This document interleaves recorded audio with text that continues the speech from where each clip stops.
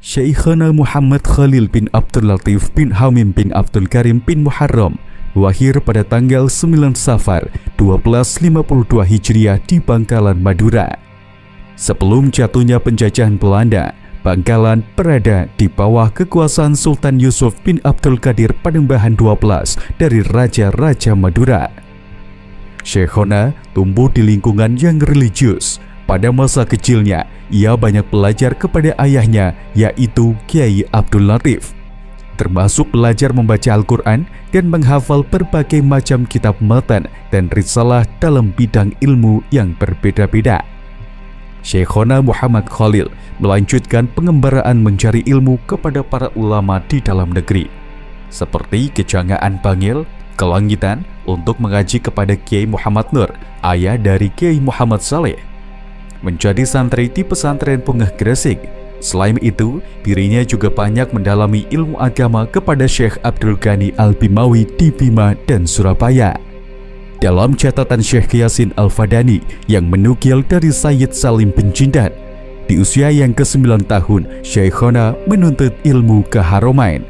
Di antara guru-gurunya ialah Sayyid Ahmad Al-Hulwani, Syekh Hasbullah Al-Maki, Sayyid Umar Baragab, Sayyid Hussein Al-Habsyi, Sayyid Ahmad Zaini Dahlan, Syekh Nawawi Al-Bantani, dan Syekh Ibrahim Al-Bajuri. Pada usia 13 tahun, Syekhona kembali ke Madura dan lalu pulang pergi kembali ke Mekah untuk menuntut ilmu hingga 7 kali dalam kurun waktu sekitar 30 tahun. Guru-guru lainnya selama di Mekah antara lain Syekh Abdul Hamid Asyarwani yang menghasyiahi kitab Tuhfah untuk memperdalam mu'allafat Imam Ibnu Hajar Al-Haytami, Syekh Muhammad Al-Minsawi dalam hal qiraah, dan Syekh Muhammad Murad bin Abdullah Al-Ghazani dalam hal tarekat. Sementara guru-gurunya ketika berada di Madinah antara lain Syekh Abdul Jalil Baradah Effendi, Mufti Muhaddis Sayyid Ahmad bin Ismail Al-Barzanji, Muhaddis Agung Syekh Abdul Ghani bin Abdi Said Al-Muhaddadi Ad-Dahlawi, Syekh Al-Muhaddis Abdullah Abdul Baqi Asy-Sya'ab Al-Madani. Menguasai banyak fan ilmu agama, Syekhona Muhammad Khalil dikenal sebagai Syekh Al-Jawiyin atau Maha Guru orang-orang Jawa. Syekh Yasin Al-Fadani menerangkan terdapat sekitar 500.000 santri yang telah lulus di bawah asuhannya. 3.000 diantaranya menjadi pemimpin umat dan dijuluki sebagai pendiri Pulau Jawa, Pulau Sumatera, dan Pulau Madura. Selain itu, para muridnya bergelar Kiai yang berarti Al-Allamah Al-Kabir atau guru besar yang sangat alim. Di antara muridnya terdapat lebih dari 200 orang keturunan Arab yang setiap orangnya mendapat gelar Al-Allamah, guru besar, atau Al-Arif Billah, ulama yang sangat dekat kepada Allah, atau juga Al-Faqih, ahli fikih. Syekhona Muhammad Khalil wafat pada tanggal 29 Ramadan 1343 Hijriah, bertepatan dengan 1925 Masehi. Syekhona Muhammad Khalil meninggalkan banyak jejak seperti masjid, artefak, dan tumpukan karya yang tersebar di banyak tempat. Hindia Belanda kala itu dipimpin Gubernur Jenderal ke-45 Dominic Jekes de Arends. Di bawah pemerintahannya, Hindia Belanda tengah melanjutkan kebijakan tanam paksa yang sudah berjalan sejak tahun 1830. Mulanya, komoditas tembakau dianggap tidak sesuai untuk dibudidayakan di Madura karena beriklim kering dan tanahnya berkabur. Oleh karena Pulau Madura dianggap tidak dapat menyediakan lahan untuk sistem tanam paksa, maka banyak petani Madura yang dipaksa bekerja di perkebunan tembakau di Jawa. Di tahun yang sama, Kerajaan Madura Barat memasuki tahun pertama sekitar tahun 1862 hingga 1882 di bawah kepemimpinan Raden Ismail bin Yusuf bin Kadirun atau dikenal dengan sebutan Panembahan Cakraningrat VIII, yaitu seorang raja terakhir sebelum akhirnya pemerintah kolonial Hindia Belanda menghapus sistem kerajaan di Madura. Pada tahun 1891, berdasarkan keterangan di Museum Keraton, terjadi penghancuran bangunan Keraton Bangkalan dan sisa-sisa Keraton Sembilangan oleh pemerintah kolonial Belanda setelah sebelumnya sang putra mahkota yaitu Pangeran Adipati Pakuningrat dibunuh dengan cara diracun. Peristiwa tersebut terjadi ketika Syekhona Muhammad Khalil berumur 56 tahun dan telah menetap di Demangan, tempat di mana ia juga membangun pondok pesantren kedua setelah Jangkebuan. Tahun 1746, kantor pos pertama didirikan di Batavia oleh Gubernur Jenderal G.W. Baron van Imhoff. Tahun 1877, Dinas Pos dan Telegraf Hindia Belanda tergabung sebagai anggota Union Postal Universal, yakni terhubung dalam pengiriman surat dan barang secara internasional. Pendirian pos dan telegraf ini termasuk yang ada di Bangkalan, Madura. Pada tahun 1879, pemerintah kolonial Hindia Belanda membangun sebuah mercusuar untuk membantu navigasi kapal-kapal yang akan masuk ke Selat Madura di Sembilangan, Bangkalan. Hal tersebut menjelaskan begitu pakatnya aktivitas transportasi laut di Selat Madura. Maka tak heran jika saat itu banyak santri-santri Syekhona yang berasal dari luar Madura, terutama dari Pulau Jawa. Selain transportasi laut, antara tahun 1897 atau 1898, pemerintah kolonial Hindia Belanda juga membangun transportasi darat, yaitu kereta api, oleh perusahaan Maduera Stoomtram Maatschappij NV. Perusahaan ini membangun jalur kereta api sepanjang 150 km yang menghubungkan stasiun Kamal di Bangkalan dan stasiun Kalianget di Sumeneb sebagai stasiun akhir. Sejak awal kolonial, perdagangan di Madura didominasi oleh hasil-hasil pertanian dan peternakan. Salah satu komoditas terbesar yang menguntungkan kolonial saat itu ialah industri garam. Terlebih semenjak berdirinya Jawatan Regi Garam yang saat ini menjadi PT Garam Persero pada 1921, komoditas garam di Madura mengalami kejayaan. Saat itu, lebih dari 11.000 hektar lahan dimanfaatkan untuk tambak garam, sehingga produksi garam di Madura tidak hanya mampu mencukupi kebutuhan dalam negeri, tetapi juga diekspor hingga ke Belanda.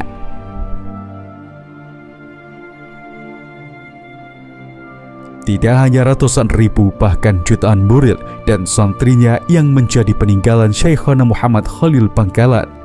Berbagai jejak telah ditinggalkannya sebagai warisan yang akan selalu hidup di tengah masyarakat. Di antara warisan lain yang menjadi peninggalan Syekhona Muhammad Khalil ialah masjid yang didirikannya. Hingga saat ini terdapat 10 masjid yang terkonfirmasi didirikan oleh Syekhona Muhammad Khalil. Masjid-masjid ini terletak di tempat-tempat strategis seperti di jalan raya dan di wilayah pesisir.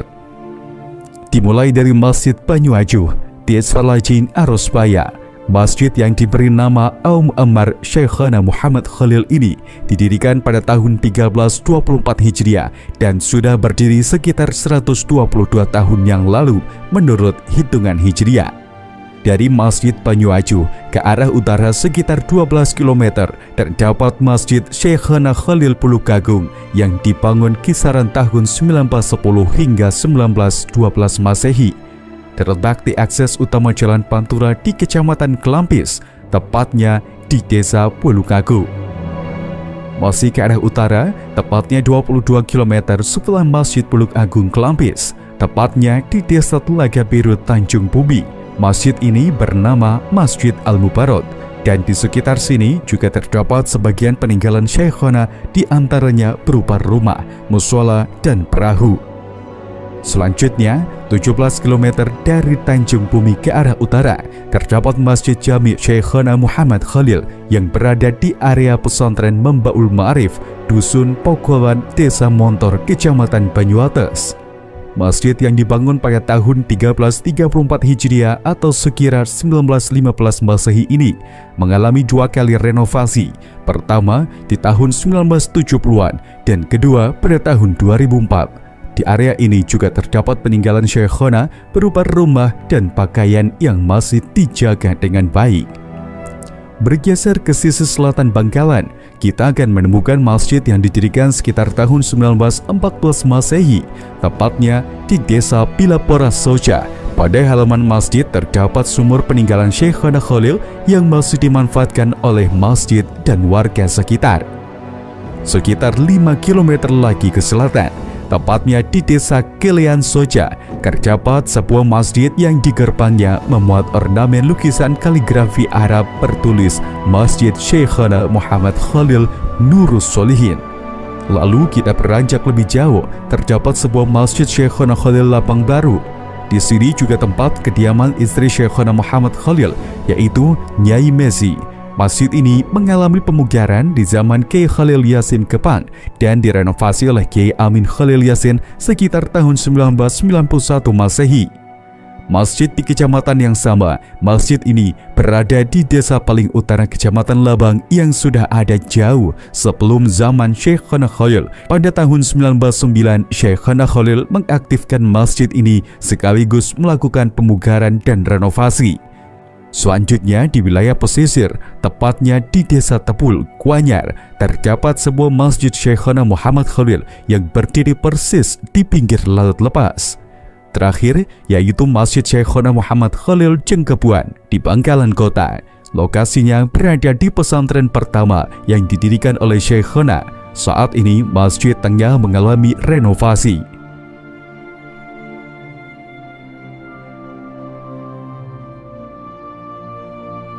Di tengah masyarakat, Syekhona Muhammad Khalil Bangkalan sangatlah populer dengan barokah raksasanya, karomah dan cerita-cerita mistisnya.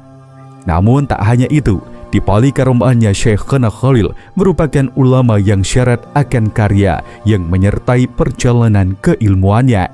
Karya tersebut berupa naskah yang tersebar di berbagai tempat. Setidaknya lebih dari 30 karya yang berhasil ditemukan dan didokumentasikan dengan baik. Naskah-naskah yang berbahasa Arab memiliki makna gantung pegon Jawa Madura dan banyak ditemukan para teks atau catatan di setiap halamannya. Di antara naskah Syekhona Muhammad Khalil ialah Takrir Matan Al-Jurumiyah, yaitu sebuah naskah takrir karangan Syekhona Khalil terhadap Matan Al-Jurumiyah karya Ibnu Ajurum. Naskah Alfiyah Ibnu Malik. Naskah ini terdapat 4 versi sesuai urutan tahun penyalinan. Pertama, naskah ditemukan di Gelambah. Kedua, naskah Alfiyah Pasar Kapoh. Ketiga, ditemukan di Dusun Mancengan, Modung, Bangkalan. Keempat, naskah Alfiyah yang ditemukan di Desa Melonggo, Jepara. Naskah Asilah fi Bayanan Nikah yang disalin oleh muridnya Kiai Ahmad Kusyairi Pasuruan. Adapun bentuk narasi teks naskah berupa tanya jawab tentang ilmu fikih dengan spesifikasi bidang pernikahan. Rotib yang kemudian disebut Rotib Syekhona Khalil. Teks naskah ditulis oleh muridnya Kiai Misbahul Munir yang juga sekretaris atau khatib Kiai Khalil Yasin Kepang. Isti'dadul Maut. Naskah yang ditulis langsung oleh Syekhona Khalil ini membahas ilmu fikih jenazah. Nuzhatut Tulab. Naskah di bidang nahwu yang ditulis langsung oleh Syekhona Khalil. Al-Bina. Pembahasan naskah berfokus pada bidang ilmu shorof yang dimulai pada bab tasrif hingga jenis-jenis binanya. Al-Izzi. Naskah ini memiliki ketebalan 70 halaman yang berisi penjelasan tasrif dan diakhiri dengan pembahasan fi'lah. Maulid Barzanji karya Imam Ja'far bin Hasan Al-Barzanji yang disalin oleh Syekhona Khalil di atas kertas daluang setebal 48 halaman dan memiliki makna gantung beraksara pegon. Mukhtasar fi Auzan Al-Arud. Teks di dalamnya berisi pengetahuan mengenai ilmu arud, khususnya mengenai bentuk-bentuk metrum atau wazan syair Arab. Hubbi li Sayyidina Muhammad, yaitu kumpulan syair Arab pujian. Lamiyah Ibnul Wardi merupakan teks karya Imam Zainuddin Abi Hafaz Umar Al-Wardi. Syekhona Muhammad Khalil menyalinnya berisi tentang ilmu akidah dan akhlak, di mana Syekhona menulis banyak catatan pinggir berupa dalil-dalil kontekstual yang berhubungan dengan isi utama halaman. Tahlil lil marhum Kiai Muhammad Khalil. Doa khatmil Quran dan tahlil berisi doa-doa dan bacaan yang dianjurkan Syekhona Khalil bagi seseorang yang telah selesai khatam Al-Quran. Terakhir, naskah tafsir. Naskah tersebut diberi makna gantung yang selanjutnya disebut tafsir dan ditulis langsung oleh Syekhana Muhammad Khalil. Tebal naskah 976 halaman dengan jumlah 11 baris di setiap halamannya.